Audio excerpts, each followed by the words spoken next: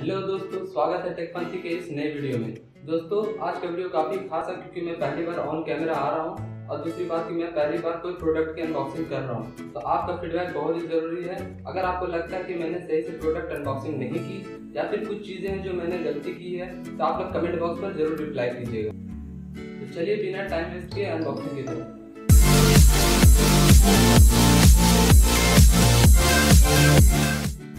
तो आज मैं अनबॉक्स करने वाला Xiaomi Redmi Note 4। तो गैस, ये है Redmi Note 4 का बॉक्स। इस बार जो Xiaomi ने बॉक्स डिज़ाइन किया वो काफ़ी डिफरेंट है Redmi Note 3 के बॉक्स के मुकाबले। और इसमें सामने की तरफ कोई फ़ोन की इमेजेस भी नहीं है, बस एक सिंपल से एक नंबर 4 लिखा हुआ है। ये काफ़ी हद तक OnePlus 3 के बॉक्स की याद दिलाता है। साइड द बॉक्स सबसे पहले मिलता है आपको अपना स्मार्टफोन। उसके बाद आपको मिलते हैं कुछ डॉक्यूमेंटेशन जैसे कि warranty card end user manuals. उसके बाद आपको मिलता है चार्जिंग केबल जो कि USB टू माइक्रो USB है, और एडाप्टर का जो आउटपुट है वो 2 एम्पियर का है जो फास्ट चार्जिंग को सपोर्ट करता है, बट उतना भी नहीं जितना और फ्लैगशिप डिवाइस में अब तक देखने को मिला है। तो खैर चलिए इसके स्पेसिफिकेशन के बारे में जानते हैं। तो गाइस, आपको ये बात पता होगी Xiaomi Redmi Note 4 3 अलग अलग वेरिएंट में अवेलेबल है। जो पहला वेरिएंट है वो 2GB रैम और 32GB इंटरनल के साथ है जिसकी प्राइस 9,999 रुपीज़ है। दूसरा वेरिएंट है वो 3GB रैम और 32GB इंटरनल के साथ है जो कि 10,999 रुपीज़ में अवेलेबल है। और जो तीसरा जो टॉप मॉडल है वो 4GB रैम और 64GB इंटरनल के साथ अवेलेबल है जिसकी कीमत 12,999 इंडियन रुपीज़ है। तो मैं जो मॉडल ये यूज़ कर रहा हूँ वो 3GB रैम वाला मॉडल है।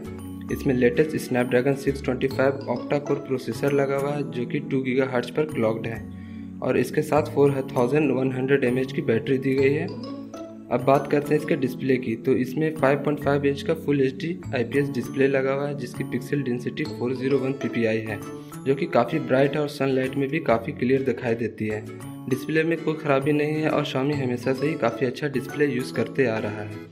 चलिए अब बात करते हैं इसके कैमरा डिपार्टमेंट की। तो कैमरा डिपार्टमेंट में इसमें 13 मेगापिक्सल का बैक कैमरा दिया गया है 2.0 अपर्चर के साथ। इसमें Xiaomi ने 1.12 μF पिक्सल का CMOS सेंसर इस्तेमाल किया है और कंपनी का दावा है कि ये पिछले Redmi Note 3 से कम रोशनी में भी काफ़ी अच्छी फोटोग्राफी कर सकता है।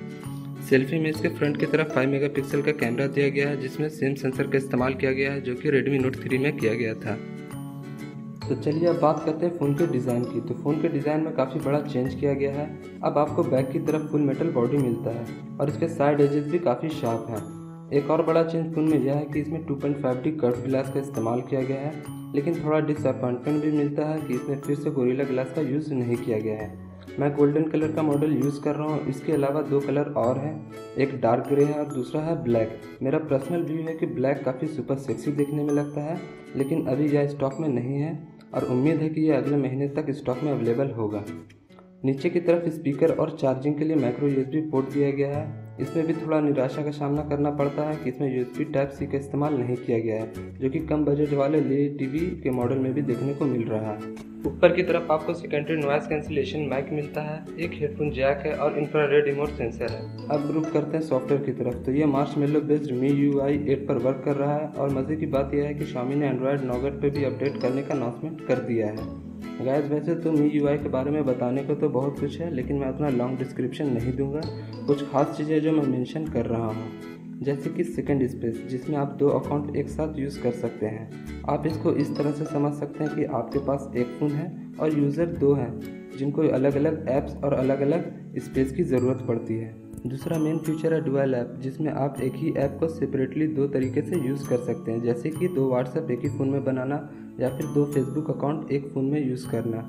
और तीसरा खास फीचर है MIUI का लॉन्ग स्क्रीनशॉट, जिसमें आप स्क्रीनशॉट लेने के बाद स्क्रॉल करके लंबा भी कर सकते हैं। तो चलिए अब इसके कैमरे की तरफ थोड़ा नज़र डाल लेते हैं। कुछ फ़ोटो मैंने जो क्लिक की है वो आप अपने स्क्रीन पर देख सकते हैं।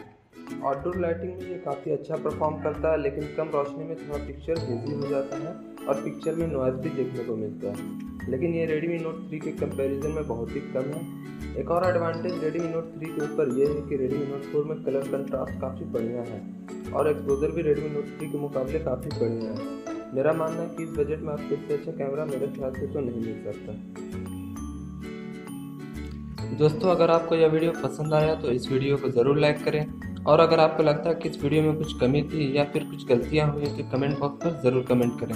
दोस्तों यह चैनल बिल्कुल ही नया है, तो इसमें हमें आगे बढ़ने में हमारी मदद ज़रूर करें चैनल को सब्सक्राइब करके। धन्यवाद।